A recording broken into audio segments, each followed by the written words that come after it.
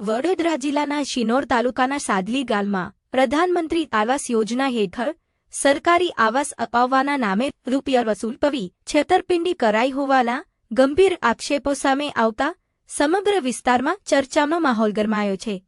એક અરજદારે શિનોર પોલીસ સ્ટેશનમાં લેખિત અરજી આપી જવાબદાર વ્યક્તિ સામે કાયદેસર કાર્યવાહી કરવાની માંગ કરી છે। સાદલી ગામના રહેવાસી જુનેદભાઈ હમીદભાઈ વાઠોડે શિનોર પોલીસ સ્ટેશનમાં આપેલી અરજીમાં આક્ષેપ કર્યો છે કે ગામના ભૂપેન્દ્રભાઈ બોહિલે વર્ષ 2025-26 દરમિયાન પ્રધાનમંત્રી આવાસ યોજના હેઠળ આવાસ મંજૂર કરાવી આપવાની ખાતરી આપી હતી। અરજદારના જણાવ્યા મુજબ એક આવાસ ઈચ રૂપિયા 8,000 લેખે કુલ 5 આવાસ માટે 25,000 રૂપિયાની રકમ ગામની એક અનાજની દુકાન ખાતે દુકાનદારની હાજરીમાં આપવામાં આવી હતી, પરંતુ તાજેતરમાં જાહેર થયેલી લાભાર્થીઓની યાદીમાં પોતાનું નામ ન હોવાનું જાણવા મળતા સમગ્ર મામલો શંકાસ્પદ બન્યો હતો।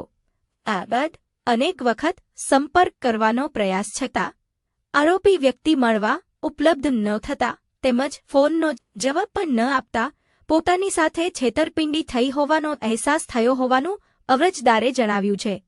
અરજદારે વધુમાં એવો પણ આક્ષેપ કર્યો છે કે રૂપિયા પરત માંગતા તેમની સાથે ઉદ્ધતાઈભર્યું વર્તન કરવામાં આવ્યું હતું અને રૂપિયા પરત નહીં આપવાની વાત પણ કરવામાં આવી હતી। અરજદારે પોલીસ સમક્ષ માંગ કરી છે કે પોતાની મહેનતની કમાણી પરત અપાવવામાં આવે, ગામમાં શાંતિ અને સામાજિક સૌહાર્દ જળવાઈ રહે તેમજ ભવિષ્યમાં અન્ય કોઈ વ્યક્તિ આવી છેતરપિંડીનો ભોગ ન બને તે માટે જવાબદાર વ્યક્તિ સામે કાયદેસર ગુનો દાખલ કરી કાર્યવાહી કરવામાં આવે, અન્યથા ગાંધી ચિંધ્યા માર્ગે આંદોલન કરવાની ચીમકી પણ ઉચ્ચારવામાં આવી છે। હાલ સમગ્ર મામલે શિનોર પોલીસ અરજીના આધારે તપાસ હાથ ધરી હોવાનું જાણવા મળી રહ્યું છે। સબાભાઈની દુકાને આપણે 25,000 રૂપિયા ભલાભાઈ સરપંચને આપેલ છે। એક આવાસના 5,000 રૂપિયા કઈને લીધેલ છે, પણ એમાં આપણી આવાસ આ વખત નિવાસી આવાસ આવી છે ગ્રાન્ટની અંદર, પણ અમારું નામ આવ્યું નથી। એ રીતે એ લોકોએ 25,000 રૂપિયા લીધેલ છે। હવે પૈસા પરત આપવા સબાભાઈને કીધું, સબાભાઈ કહે તું 25,000 રૂપિયા ભલા પાસેથી લઈ લે, પણ ભલાભાઈ કહે છે કે હું સબાભાઈ જોડે વાત કરીને પતાવી દઈશ, પણ આ બે જણ 25,000 રૂપિયા આપવાનું નામ લેતા નથી।